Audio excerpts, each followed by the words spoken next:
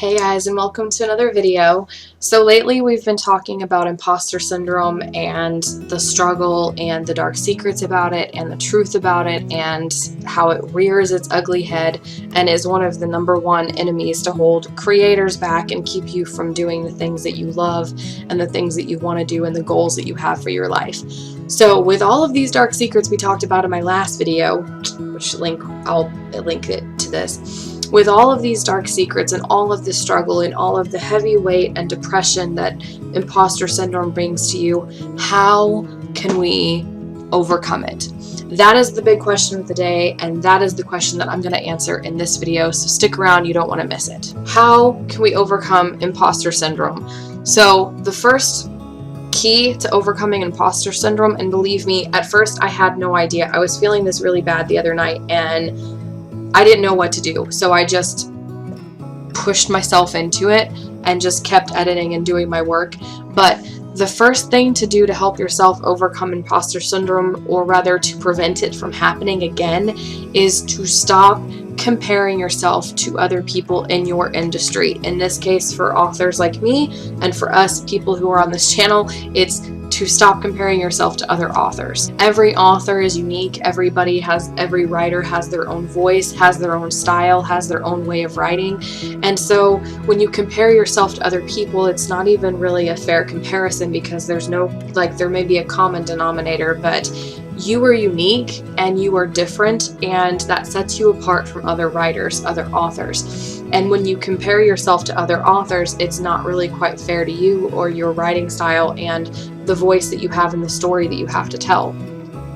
And I guarantee you that most of the time, the author that you're comparing yourself to often or has gotten these negative feelings before and has been insecure in themselves and in their style at one point in their life or another, and may even be going through that as we speak, as well as you're doing it as well. So no author is exempt from dealing with imposter syndrome and insecurities in themselves and in their writing style. And so when you compare yourself to other people, it's like, well, you have a unique voice that's all yourself, so don't compare yourself to other authors. We're all on our individual journeys and in the path that God has for each one of us. And so you gotta just walk your path, and that's hard to do. So as much as you can, try to not compare yourself to other authors, and that will help you get imposter syndrome less, and it'll lessen the imposter syndrome if you're not comparing yourself to them, to their successes, to their way of writing, to their style of writing, to how many fans they have, to how many readers they have. That's what I do, and it sucks, believe me. I understand how hard it is to just not look at somebody and be like, well, why can't I have that? How come they have thousands of readers who get overjoyed every time they release a book, and I have maybe one? That's a hard thought to avoid, and it's so hard to do. But just, if you have to, take a break from social media, and only post on there when you're just marketing and stuff like that, and just take a break from social media and pull yourself away from the aspect of social media that is comparing yourself to everybody else and trying to have that good image on social media. So that's the first tip to overcoming imposter syndrome. The second tip to overcoming imposter syndrome, and this is one that you're probably not going to want to hear, but it is the hard truth, and this is the exact step that I took to help me overcome my imposter syndrome with Immortal. You're just going to have to push through it. I hate to tell you that, but it's the same thing with writer's block. If you want to overcome writer's block, you're just going to have to sit and write. This is the hard truth of life, people, and I'm so sorry to have to break the news to you. But to overcome imposter syndrome, one of the things that you're going to have to do is push through it. So you're feeling like you suck. You feel like your book sucks, like your writing sucks, like your character sucks. You feel like you're never going to have as much success as everybody else, like you have no readers, like nobody loves you, nobody loves your books, nobody will ever understand you, you'll never have too many fans, you'll never make it, you'll never have fame, you'll never have the money, you'll never have the career. All of those things that comes with imposter syndrome, you're going to have to sit down and you're going to have to still write, still edit, still publish, still market while going through all of those feelings. and you're just gonna have to just push through it. You're gonna be feeling crappy. You're gonna not want to edit. You're gonna not want to write or publish or market because you're gonna feel like you suck, and you're gonna want to feel like you want to give up, and it's just you're gonna want to quit, and you're gonna want to not publish. Like, what's the point? You're probably gonna ask yourself that question so many times. What is the point? And the answer is just to keep pushing through it, because eventually it can and does go away on its own. That's not to say it won't for everybody, or that's not to say that it will for everybody. Sometimes imposter syndrome just sticks with you, but there are many times that if you just do it, just keep working at it, it'll just kind of fickle away on it. It'll just kind of trickle away on its own. So just keep going. And either way, even if it doesn't trickle away on its own, keep going anyway, and don't give up. So the third tip to overcoming imposter syndrome is to ask your close friends and family to read your books and give you honest feedback. Usually this works better than if you asked strangers or readers or fans, because let's be honest, like, a good critique and a good review that's honest and open is great. But like, when you're having imposter syndrome, you kind of like don't need to hear the bad reviews or the negative feedback. And so it helps when you have close friends and family that know you. They may know what you're going through, what you're struggling with. And so there may be a part of them that understands. And so, yeah, they'll be honest. And obviously we don't want anybody to lie to you.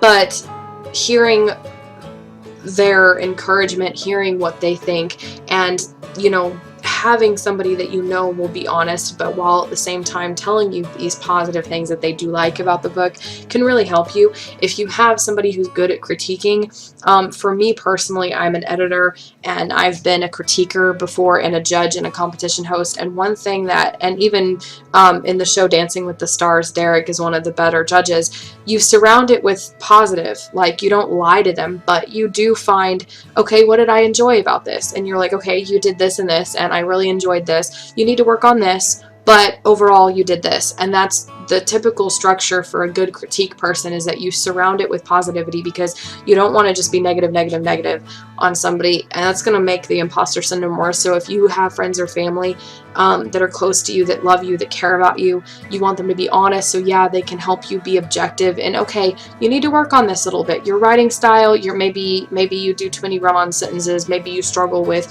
sentence structure like I do, maybe your weak point is descriptions and you're not clear enough or concise enough, maybe your plot does need a little work, but if they love you and care about you, then they'll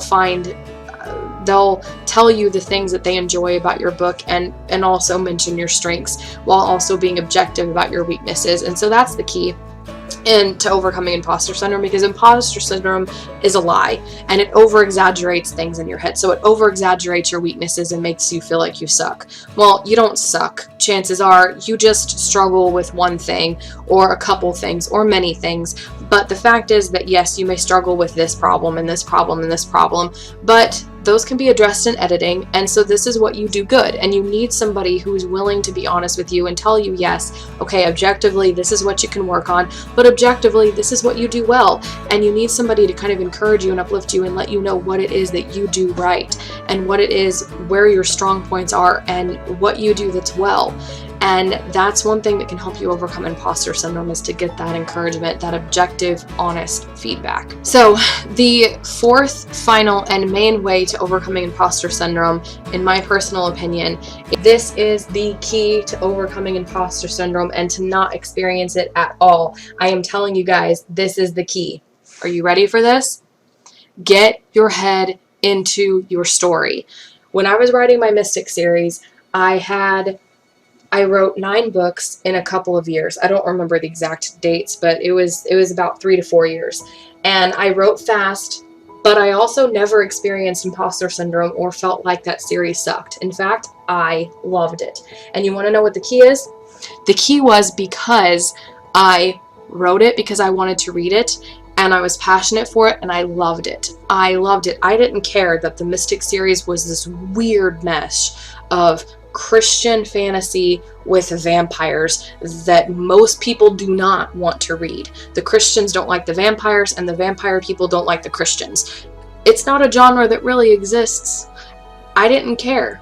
because I wrote it because I wanted to read it. I was so excited for it. I loved it. My head was in it. So I just kept pumping out a book after a book every couple of months, and in a couple of years I wrote 9 books. And I've never experienced imposter syndrome with the Mystic series, even when I got published by a company and the series flopped. And I'm like, okay, it sucks. People don't want to read this thing. But I was able to be objective and look at it. Okay, no, the fact is it's a mesh of 2 genres that don't exist, that people don't want to be meshed. And that's why it's not doing well. And that's okay. And so if you want to overcome imposter syndrome, get your head into your story. Remind yourself why you started writing in the first place, and remind yourself specifically why you started writing this story. What about this story do you love? What about the story makes you want to tell it? Why do you get excited for the story? Is it the dragons? Is it the romance? Is it the cool dates or the holiday stories? Is it the family? Is it the plot line? Is it the action scenes? Or is it the mystery? Is it the suspense or the horror and the shock and the scary stuff? What is it about your story that makes you love it? Why did you want to write it in the first place?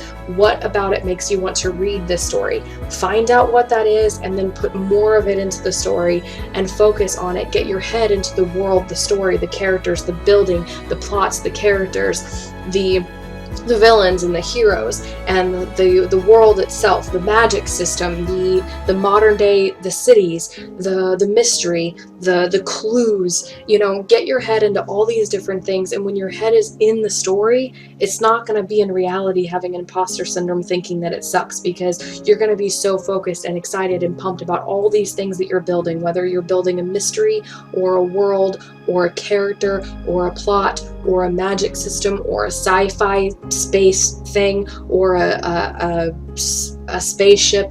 Whatever it is that you're building and creating, you will be creating it. You will be into what you're creating. Your head will be in there, and it will not be able to even really hear or listen to the imposter syndrome, because you won't be comparing yourself to other authors. You won't be living in your story world. So enjoy your story world, get yourself into it, and remind yourself what you love about it, and then go ahead and write it. Like, write what you want to read, write what you're passionate about, and then you'll be passionate about it, and you will experience less imposter syndrome. I just went through it with Immortal because I'm heading toward the publishing and marketing stage, but in the writing stage, to really fight against imposter syndrome, don't worry about everybody else. And because I do write what I want to read, I don't experience a lot of imposter syndrome as much as most writers, I think. And it really happens when I'm really starting to market, because marketing's not my strong suit. And so that's where I really fall short, and where I really struggle is to market my books. And I'm sure a lot of other authors can relate to this. So I hope that these tips will help you overcome imposter syndrome. Nobody wants to deal with it, and we've talked about the dark things of imposter syndrome a lot, and everything that's wrong with it, and all the deep dark stuff that it puts you through. But I thought I wanted to do a really lighthearted video and tell you guys, hey, it is possible to overcome imposter syndrome. It's not the end of the world, and it's not gonna the end of your career. You will overcome this, and you will be great, because you are an author and you're passionate about writing for a reason. You write for a reason. And I just want to encourage everybody out there who's watching this video, you are amazing. Keep writing and never give up. If you like this video, please hit the like button and subscribe for more writing and reading videos every Monday. And if you do want to know about the dark secrets of imposter syndrome, then click this video here.